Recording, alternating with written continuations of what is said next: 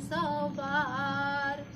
तोहरे जन्म ले से भरी गईल गोदिया हमार। बार बार तुम्हें क्या समझाऊं ऐ लालन सौ बार। तोहरे जन्म ले से भरी गईल गोदिया हमार।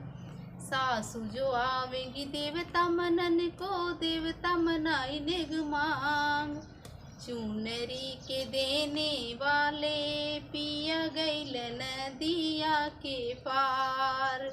चुनरी के देने वाले पिया गईल नदिया के पार।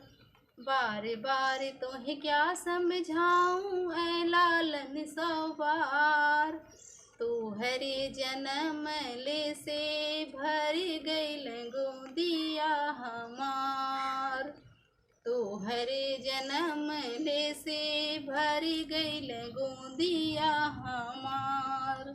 जेठनी जो आवेगी पिपली पिसन को पिपली पिसाई नेग मांग। पियरी के देने वाले पिया गईल नदिया के पार। पियरी के देने वाले पिया गईल नदिया के पार। बार बार तोहे क्या समझाऊं ऐ लालन सौ बार। तोहरे जन्म ले से भरी गईल गोदिया हमार। तोहरे जन्म ले से भरी गईल गोदिया हमार।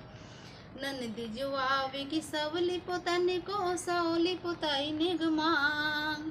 कंगना के देने वाले पिया गईल नदिया के पार। कंगना के देने वाले पिया गईल नदिया के पार। बार बार तोहे क्या समझाऊं ऐ लालन सौ बार। तोहरे जन्म ले से भरी गईल गोदिया हमार। तोहरे जन्म ले से भरी गईल गोदिया हमार।